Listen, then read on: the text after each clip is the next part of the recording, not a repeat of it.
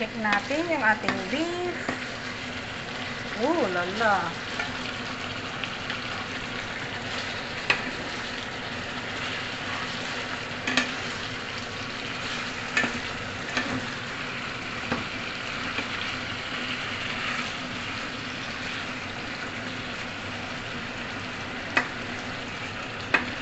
Fried beef.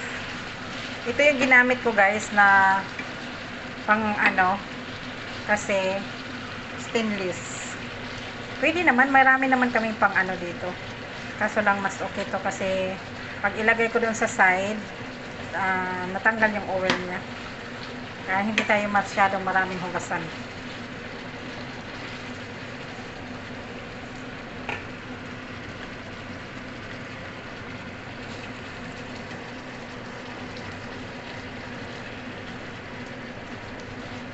Pula-pula pa yung iba.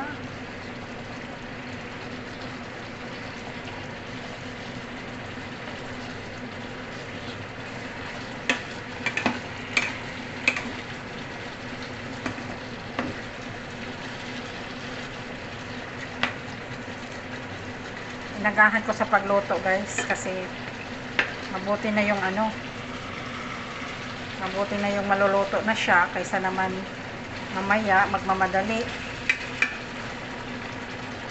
Yan, hinintay pa natin yung beef na mag-brown konti.